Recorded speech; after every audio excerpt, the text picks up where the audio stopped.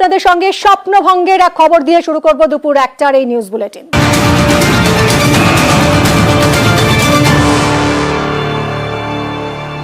স্বপ্নভঙ্গ, যে স্বপ্ন দেখিয়েছিলেন বিনেশ ফোগাত, গতকাল যে স্বপ্ন দেখেছিল দেশবাসী, 140 কোটি দেশবাসী, আজ সকালেই জানা গেল সেই স্বপ্ন ভেঙে চুরমার। ফাইনাল থেকে ছিটকে গেলেন বিনেশ ফোগাত। অলিম্পিক্সে পদকের স্বপ্নভঙ্গ বিনেশ ফোগাতের। 50 কেজি কুস্তির ফাইনালে ওঠেন বিনেশ। ওজন বেশি থাকায় খেলার যোগ্যতা হারালেন তিনি।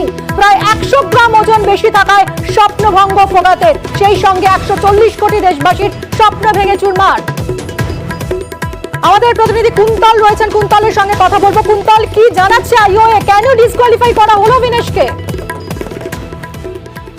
দেখো, রেসলিং এর নিয়ম অনুযায়ী দুটো দিন তোমাদের সিকোয়েন্স বলছি ইভেন্ট, দুটো দিনের বাউট এখানে হয় রেসলিং এ অলিম্পিক্সে। প্রথম দিন প্রি কোয়ার্টার ফাইনাল থেকে ফাইনাল অব্দি কোনো রেসলার লড়েন, পরের দিন ফাইনাল থাকে। যেটা হয় যে প্রথম দিন যখন ওয়েইং হয়, ওয়েইংয়ে 30 মিনিট সময় পান, 30 মিনিট সময়ের মধ্যে ওয়েইং করা হয় একজন রেসলারের। গতকাল যখন বিনেশ ফোগাট তার প্রি কোয়ার্টার ফাইনাল এবং সেমিফাইনাল খেলেন, তার যে ওয়েইং করা হয়েছিল সেখানে বিনেশ ফোগাটের ওয়েট ঠিকঠাক ছিল, অর্থাৎ 50 কেজি ওয়েট ক্যাটাগরিতে 2 কেজি অব্দি বেশি ওয়েট বেশি থাকতে পারে, অর্থাৎ 52 কেজি অব্দি ওয়েট থাকতে পারে। সেটা পারমিসেবল লিমিট, সেই পারমিসেবল লিমিটের মধ্যেই ছিল বিনেশ ফোগাটের ওয়েট। কিন্তু কোনোভাবে বিনেশ ফোগাট এবং ভারতীয় যে টিমের যে কন্টিনজেন্ট, রেসলিং কন্টিনজেন্ট আছে, যারা সাপোর্ট স্টাফ, কোচ, তাদের যে টিম আছে, তারা দেখতে পারেন যে ইভেন্টের পরে, গতকাল ইভেন্টের পরে যখন আবার একটা ওয়েই নিজেরা নিজের জন্য করে সব অ্যাথলিটরা, সেখানে বিনেশ কিছু বেশি ওয়েট দেখা যাচ্ছে বিনেশ। এবং এটা কিন্তু কুস্তি বক্সিং এর মতো ইভেন্টে খুব কম, খুব কমন, কারণ কোনো অ্যাথলিট খুব কম যদি তার ওয়েট হয়ে যায়, ধরো 50 কেজি ওয়েট ক্যাটাগরিতে তার ওয়েট হয়ে গেল 47.5 বা 48, তাহলে তার 50 কেজি ওয়েট ক্যাটাগরির রেসলারদের সাথে লড়তে অসুবিধা হবে, স্ট্রেংথের প্রবলেম হবে। আর একইভাবে বেশি ওয়েট হয়ে গেলে সেটাকে কমানো মুশকিল হয়ে যায়।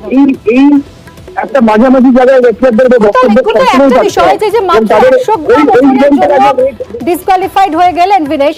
কিভাবে এক রাতে এতটা ওজন বেড়ে যায়? এক্ষেত্রে ওজন নিয়ন্ত্রণে রাখতে কোচ বা সাপোর্ট স্টাফ যারা রয়েছেন বা ডক্টর, এদের ভূমিকা কতটা থাকে? এই এক রাতেই যে ওজন বেড়ে যাওয়া, এর দায় মূলত কার, কোথায়? আমরা আবার যোগাযোগের চেষ্টা করছি। কুন্তল একেবারে সরাসরি প্যারিস থেকে আমাদের প্রতিনিধি আপনাদেরকে জানাচ্ছেন এই খবর। ফাইনাল থেকে ছিটকে গেলেন বিনেশ ফোগাত। অলিম্পিক্সে পদকের স্বপ্নভঙ্গ বিনেশ ফোগাতের। ওজন 50 কেজির বেশি হয়ে যাওয়ায় তাকে বাতিল করা হয়েছে। আজ ফাইনাল বাউটে নামার কথা ছিল তার, ভারতীয় সময় রাত 12:30টায় ছিল এই লড়াই, যেখানে তিনি সোনার জন্য লড়তেন। সোনার মেয়ে বিনেশ ফোগাত, তিনি ইতিমধ্যেই রূপোর পদক নিশ্চিত করেছেন, কিন্তু এই মুহূর্তে সেই পদক অনিশ্চিত হয়ে গেল, কারণ তাকে ডিসকোয়ালিফাই করেছে আইওএ। 50 কেজি কুস্তির যে ক্যাটাগরি, সেই ক্যাটাগরিতে 100 গ্রাম ওজন বেশি হয়েছে বিনেশ ফোগাতের, আর সেই কারণেই তাকে ডিসকোয়ালিফাই করা হয়েছে। খেলার যোগ্যতা হারিয়েছেন তিনি। বিনেশকে বার্তা দিয়েছেন প্রধানমন্ত্রী নরেন্দ্র মোদী। এক্স স্যান্ডেলে প্রধানমন্ত্রী লিখেছেন, তুমি চ্যাম্পিয়নদের চ্যাম্পিয়ন, তুমি ভারতের গর্ব, প্রত্যেক ভারতবাসীর কাছে প্রেরণা, আরো মজবুত হয়ে ফিরে এসো। প্রধানমন্ত্রীর বার্তা বিনেশ ফোগাতকে। আমরা আবারও যোগাযোগ করেছি, প্যারিস থেকে রয়েছেন আমাদের প্রতিনিধি কুন্তল। কুন্তল, যে বিষয়টা জানতে ইচ্ছে করছে যে 100 গ্রাম মাত্র ওজন বেড়ে গেল, এর জন্য সাপোর্ট স্টাফ বা কোচ বা ডক্টর, এদের ভূমিকা কতটা থাকে? তারাও চেষ্টা করেছিল, গতকাল সারা রাত চেষ্টা করেছে ভারতীয় রেসলিং কন্টিনজেন্টে যারা রয়েছে।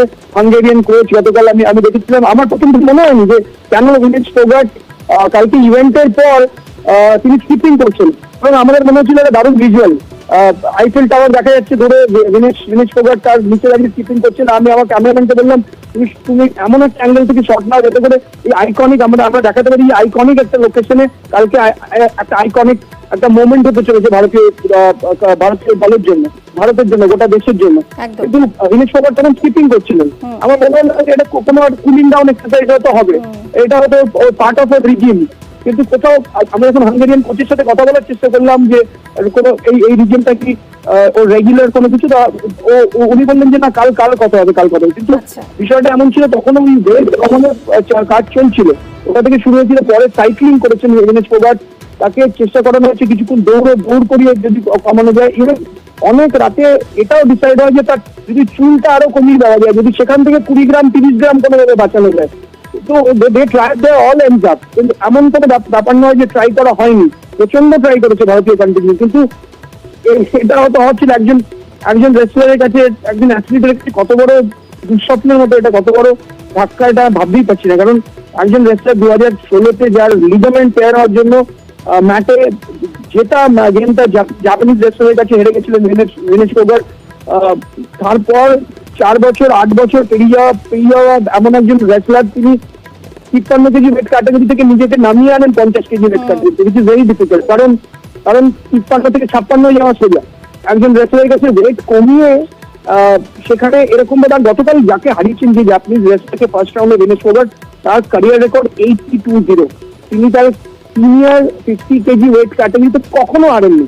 সেরকম একজনকে লাস্ট 10 সেকেন্ডে যেভাবে হারিয়ে ভিনেশ ফোগাট, তারপরে পরপর দুটো ইউক্রেনিয়ান রেসলারকে, কিউবার রেসলারকে আগে ফাইনালে গেছিলেন। আজ গোটা দেশ স্বপ্ন দেখছিল গোল্ড মেডেল, এবং ভিনেশ ফোগাটই আজ গোল্ড মেডেল জিতছেন। এক্স্যাক্টলি কুন্তল, এবং করেননি তিনি, একেবারে শোরগোল ফেলে দিয়েছিলেন এই মঙ্গলবার। আমরা যখন দেখলাম যে গত অলিম্পিক্সের সোনা জয়ী 1 নম্বর বিশ্বের, তাকে ধরাশায়ী করে দিলেন তিনি। ফলে সোনা জয়ের স্বপ্ন তো ধীরে ধীরে আরো দৃঢ় হচ্ছিলই। ফিরবো তোমার কাছে কুন্তল, একটু সঙ্গে থাকো।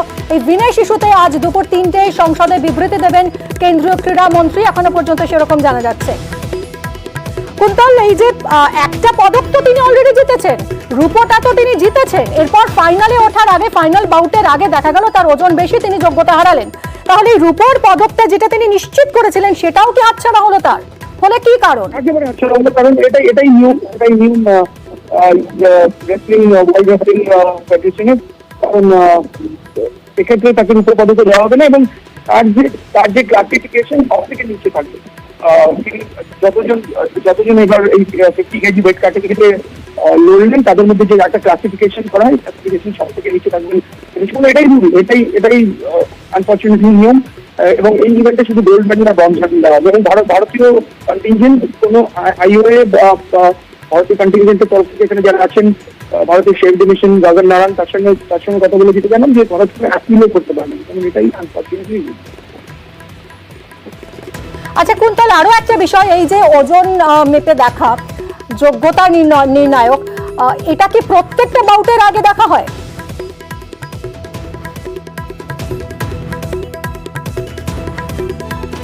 আমাদের সঙ্গে যোগাযোগ বিচ্ছিন্ন হয়ে গেছে। তবে এই মুহূর্তে নিঃসন্দেহে স্বপ্ন ভঙ্গ হয়েছে দেশের, কারণ সোনা জয়ের স্বপ্ন দেখছিল দেশ ভিনেশ ফোগাটকে কেন্দ্র করে, কিন্তু তাকে ডিসকোয়ালিফাই করা হয়েছে। ফাইনাল থেকে ছিটকে গেলেন এই মুহূর্তে ভিনেশ ফোগাট।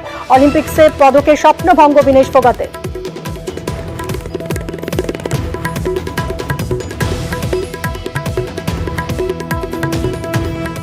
कहने के लिए कुछ बचा नहीं मेरे पास। मैं तो माँ बाप में मेरे को तो दुख है, लेकिन सारे हिंदुस्तान को इस चीज़ का बड़ा दुख है, जिसने पूरी आस उम्मीद थी जो गोल्ड मेडल किया, और वो न जी जा करके जो तो हो गया, तो सारे देश को दुख है चीज़। कहीं ना कहीं आस है। देखिए, वो तो जो फेडरेशन जो वहाँ के जो अध्यक्ष हैं वही फैसला करेंगे, जो वहाँ कुश्ती लड़ा रहे हैं।